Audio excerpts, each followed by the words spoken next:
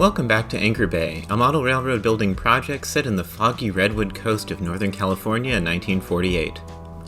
Once my clients had returned back from their trip, we set back to work. Lots of landform carving lies ahead, along with some beautiful backdrop painting. The first thing I wanted to do while the layout was still in operations mode was to re-engineer the curve coming into the port of Anchor Bay. When originally laid, it ended up being too sharp for the passenger cars we wanted to operate on the layout, so I redesigned it with proper easements. The track was just held in with track nails, so it was easy to take all that track back up without any damage and relay it properly onto a smooth and beautiful curve. Next was a little bit of fun engineering. I wanted to build a WPA 1930s era concrete rainbow arch bridge over the tracks to really add a bit of local character to the highway. Using historic Caltrans plans, I drew up a version of it to fit on the layout and then made a quick mock-up out of insulation foam. It'll eventually be scratch-built out of laser-cut wood or styrene. Next was a lot of foam carving. I wanted to work on sculpting the remaining landforms on the other side of the layout between the port and the foothills, so more foam was laid down and carved. One by one, I carved the removable access hatches along the Redwood River Canyon section. By accident, I discovered some excellent tools for carving insulation foam: pumpkin carving knives. The serrated but not crazy sharp tools work the foam really cleanly. I was able to cut out this tunnel portal for the highway with ease, so next time you see a seasonal display of these tools, grab them. Almost every tool in this pack is useful for some type of scenery. Next was a layer of base earth. In the past, I used exclusively real dirt. Tan, decomposed granite used on baseball diamonds is an excellent choice for modeling these types of hills. However, I recently discovered that sanded tile grout is absolutely exceptional scenery material. It comes in almost 50 colors, including one with a random Back to the Future reference in it. It doesn't require any glue to affix it atop the foam or sculpt a mold, but it doesn't hurt to brush a layer of Titebond to the more vertical surfaces before application. Then, use a spray bottle with a couple of drops of dish soap in it and water, and it'll dry to a resilient, completely matte finish. You can buy the tile grout in absurd quantities, but this average-sized box from the hardware store goes a long way. The earth on Anchor Bay is a mixture of two colors, and I may purchase a third to up the variety. I'm using a light sand color and an earth color mixed together in random proportions.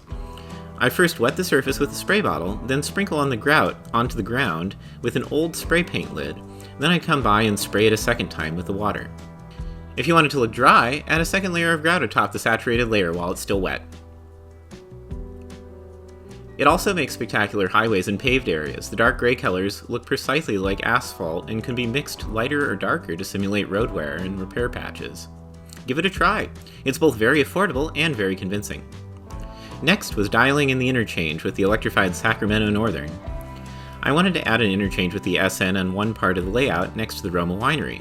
The real winery was served by the Central California traction in the SP, with a diamond crossing the mains.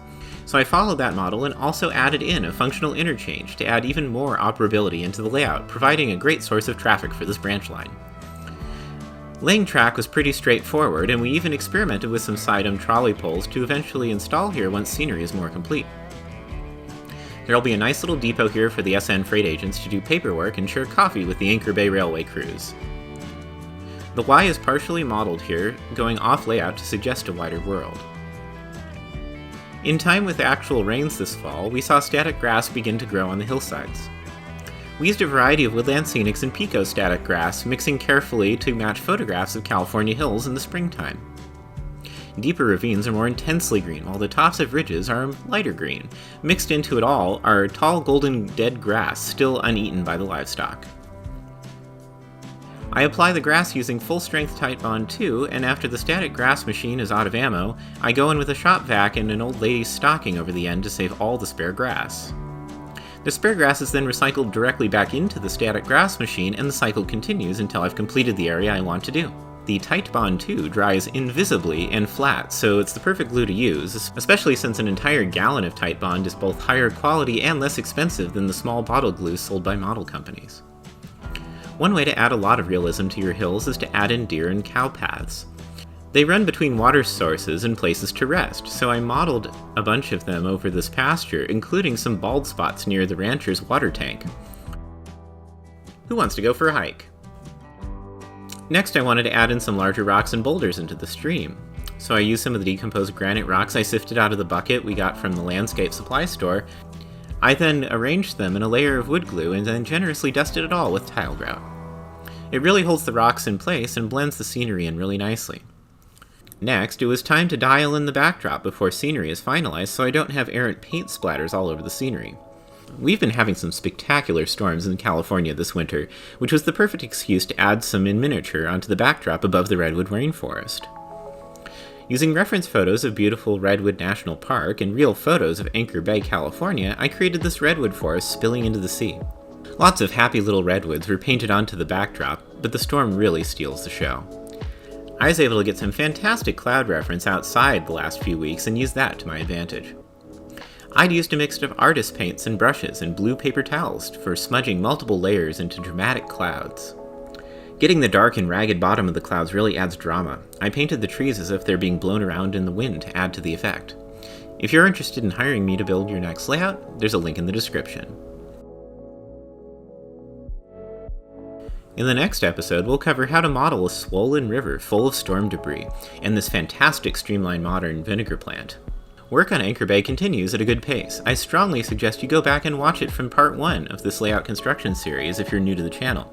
Stay tuned for more episodes of Anchor Bay. I've already shot most of it.